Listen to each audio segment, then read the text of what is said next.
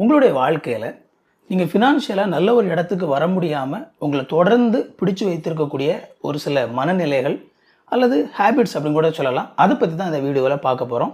இந்த வீடியோ உங்களுக்கு ரொம்ப இன்ஃபர்மேட்டிவாக இருக்கும் அப்படின்னு சொல்லி நான் எதிர்பார்க்குறேன். நல்ல கடனுக்கும் கெட்ட கடனுக்குமான இடையில இருக்கிற வித்தியாசத்தை உணராமல் இருக்கிறது. நம்முடைய வாழ்க்கையில் பல நேரங்களில் ஒரு சில சூழல்களில் கடன் வாங்கித்தான் ஆகணும் அப்படிங்கிற இடத்துக்கு போகிறோம்.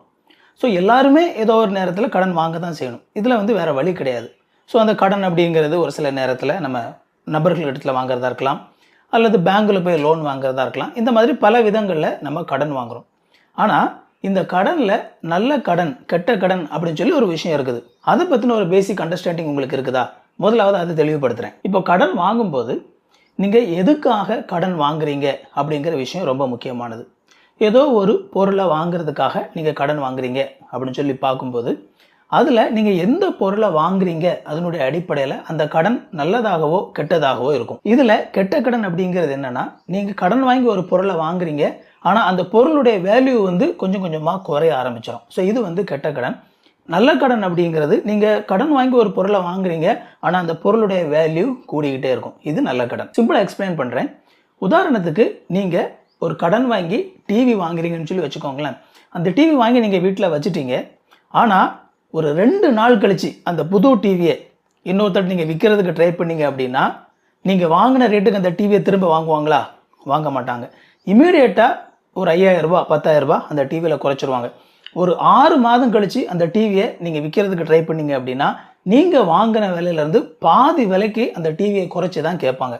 ஸோ இதுதான் நீங்கள் கடன் வாங்கி அந்த டிவியை வாங்கிட்டு அந்த டிவியோடைய வேல்யூ குறைஞ்சிக்கிட்டே இருக்குது அப்படிங்கிறது. அதுவே நீங்கள் ஒருவேளை கடன் வாங்கி ஒரு லேண்டு வாங்கியிருக்கிறீங்க அல்லது கோல்டு வாங்கியிருக்கிறீங்க, அது என்ன செய்யலாம்னா, ஒரு சில நேரத்தில் நீங்கள் அந்த கடனுக்கு கொடுக்குற வட்டியும் கூட தாண்டி அதிகமான அளவில் வளர்ச்சி அடைகிறதுக்கு வாய்ப்பு இருக்குது. ஸோ இது நல்ல கடன் அப்படின்னு சொல்லி சொல்லுவாங்க. நீங்கள் வாங்கியிருக்கிறது நல்ல கடனா கெட்ட கடனா அப்படிங்கிறத கண்டுபிடிக்கிறதுக்கான கோல்டன் ரூல் இதுதான். நீங்கள் கடன் வாங்கி ஒரு பொருளோ ஏதோ ஒரு விஷயம் வாங்கியிருக்கீங்கல்ல, ஒருவேளை உங்களால் ஏதோ ஒரு நிலையில் அந்த கடனை திரும்ப செலுத்த முடியாத நிலையில் உங்களால் அந்த பொருளையோ அந்த விஷயத்தையோ விற்று அந்த கடனையும் அடைச்சிட்டு உங்களுக்கு கையில் கொஞ்சம் எக்ஸ்ட்ரா பணமும் இருக்கும் அப்படின்னா இது நல்ல கடன். அட்லீஸ்ட் நீங்கள் அந்த பொருளை விற்று உங்களால் அந்த கடனையாவது முழுசாக அடைக்க முடியும். அப்படி செய்ய முடிஞ்சது அப்படின்னா நீங்கள் வாங்கியிருக்கிறது நல்ல கடன். ஆனால் நீங்கள் அந்த பொருளை விற்று நீங்கள் திரும்ப கொடுத்துட்டு திரும்ப உங்கள் கையிலேருந்து எக்ஸ்ட்ரா காசு கொடுக்குற மாதிரி இருந்துச்சு அப்படின்னா அது கெட்ட கடன். ஸோ அதனால தான் நீங்கள் கடன் வாங்குற சூழ்நிலைகளில் இந்த மாதிரியான கெட்ட கடன் லிஸ்ட்டில் வரக்கூடிய விஷயங்களை நீங்கள் கடன் வாங்காமல் கொஞ்சம் கஷ்டப்பட்டாகிலும் நீங்கள் சேர்த்து வச்சு நீங்கள் அந்த பொருளை வாங்கினீங்க அப்படின்னா உங்களுக்கு நல்லது. இந்த மாதிரி நல்ல கடனை நீங்கள் கவனமாக வாங்கினீங்க அப்படின்னா அது உங்களுடைய செல்வத்தை எடுத்துகிட்டு போகாமல் உங்களுடைய செல்வத்தை வளர்க்கக்கூடிய ஒரு விஷயமா இருக்கும். இந்த வீடியோ பிடிச்சிருந்தோம்னா அந்த வீடியோவை லைக் பண்ணுங்கள். இது வரைக்கும் சேனலை சப்ஸ்கிரைப் பண்ணல அப்படின்னா சேனலை சப்ஸ்கிரைப் பண்ணிக்கோங்க. உங்களுக்கு நோட்டிஃபிகேஷன் ஒன்று நினச்சிங்க அப்படின்னா அந்த பெல் பட்டனை கிளிக் பண்ணிக்கோங்க. இன்னொரு சூப்பரான வீடியோவில் சந்திப்போம் friends. Thank you. God bless you.